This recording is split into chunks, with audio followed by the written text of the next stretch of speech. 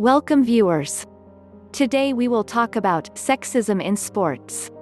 Have you ever noticed the sexism in sports? You won't believe that all the famous personalities were involved in it. In 1900, just 2.2% of competitors in the Olympics were women. By 2016, that number had risen to 45%, the highest it's ever been.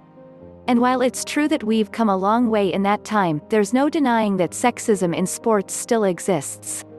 A 2018 report by Women in Sport found that 40% of women in the industry still face gender discrimination. 15. Sexualization of female athletes. It's not enough for female athletes to excel at their respective sports, they also have to look good while doing it. Research from the University of Texas Rio Grande Valley found that women are often depicted in a sexualized manner on the covers of sports magazines, while men are more likely to be shown in athletic poses. You won't believe me what comments were made for the Rutgers University women's basketball team. But before watching, don't forget to hit like and subscribe to our channel. 14. Don Imus's sexist and racist remarks about Rutgers basketball team. Back in 2007, shock jock radio host Don Imus lost his job at CBS after making comments that were considered both sexist and racist, calling members of the Rutgers University women's basketball team rough girls and nappy-headed HOS. 13. Sexist promotion at minor league game.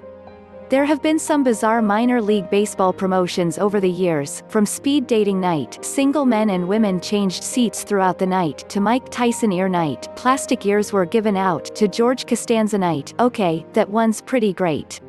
But perhaps the worst ever was Hourglass Appreciation Night, which was planned and later cancelled by the Ogden Raptors, the Los Angeles Dodgers Class A affiliate. 12. Cam Newton laughing at female reporter. Imagine being laughed at simply for being a woman while doing your job. That's exactly what happened to Carolina Panthers beat writer Jordan Rodrigue when she asked Cam Newton a straightforward football question, only to have the Pro Bowl QB laugh in her face and say, "It's funny to hear a female talk about roots. It's funny." 11. Harassment of female reporters. Sexism in sports isn't limited to athletes. As Sports Illustrated reports, female sports reporters often have to put up with sexual harassment from agents, players, and coaches from various sports, facing everything from being hounded for their phone numbers to being flashed in the locker rooms. 10. Houston Astros minor leaguer's sexist tweet. In 2016, Brooks Marlowe, a minor leaguer with the Houston Astros organization, tweeted, "No lady needs to be on ESPN talking during a baseball game, especially Mendoza, sorry," referring to ESPN broadcaster Jessica Mendoza. Luckily for Marlowe, he doesn't have to worry about Mendoza talking during his games since he fizzled out of the minors after just 2 seasons. 9. Women not allowed to run in Boston Marathon. Although it's the oldest marathon in the United States, women weren't allowed to race in the Boston Marathon until 1972. 5 years before that, however, Catherine Switzer managed to enter by registering under the name KV. In a famous picture, an official can be seen attempting to push her off the course during the race. 8. Final 5. Even when they're dominating the competition at the highest level, female athletes still don't get the credit they deserve. For example, one NBC commentator said of the U.S. women's gymnastics team during the 2016 Olympics that they might as well be standing in the middle of a mall. Whatever that means. 7. Chicago Tribune identifies Olympic medalist as wife. What does it take for women to be seen as more than just the wives of their husbands?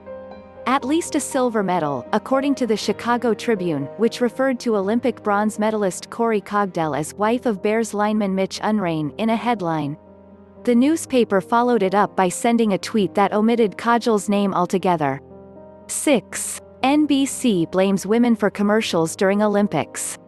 NBC Olympics Chief Marketing Officer John Miller responded to complaints about there being too many commercials throughout the opening ceremony of the 2016 Rio Olympics by blaming women?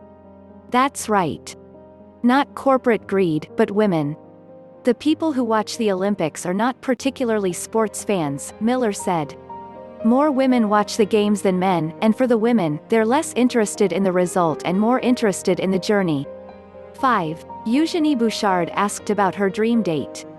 The 2015 Australian Open wasn't the first time Eugenie Bouchard had been put in an uncomfortable position during a post-match interview. A year earlier, after winning a hard-fought match against former world number 1, Ana Ivanovic in her first-ever majors quarterfinal, Bouchard was asked who her dream date would be. Needless to say, the same question wasn't being asked of her male counterparts. 4. U.S. women's soccer pay gap. According to a complaint filed by the women's U.S. national soccer team to the Federal Equal Employment Opportunity Commission in 2016, players on the women's team earned up to 40% less than the men, despite outperforming their male counterparts. To be able to perform as we do and to be the best in the world, we should be treated the same as them, midfielder Morgan Bryan said in an interview with 60 Minutes. 3. John McEnroe's comments on Serena Williams. Serena Williams might be the greatest female tennis player of all time, but according to John McEnroe, if she played with the men, she would barely crack the top 700. Some in the media construed McEnroe's comment, which he made in 2017 while promoting his new book, as being sexist and dismissive of the tennis star's accomplishments. In all fairness, Williams herself said she probably wouldn't fare too well against the men. If I were to play Andy Murray, I would lose 6-0, 6-0 in 5 to 6 minutes, maybe 10 minutes, she told David Letterman in 2013. I only want to play girls, because I don't want to be embarrassed. 2. Eugenie Bouchard asked to twirl. After winning her match in the second round of the 2015 Australian Open, 20-year-old Eugenie Bouchard was asked to give us a twirl by the male TV presenter during her post-match interview. The Canadian tennis player, ranked 7th in the world at the time, had just handily defeated Kiki Bertens of the Netherlands 6-0, 6-3, yet all he cared about was what she was wearing. 1. Alizé Cornet code violation.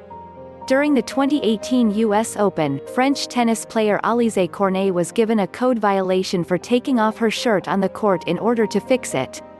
Many saw this as an example of sexism and double standards in tennis since male players often remove their shirts without being penalized.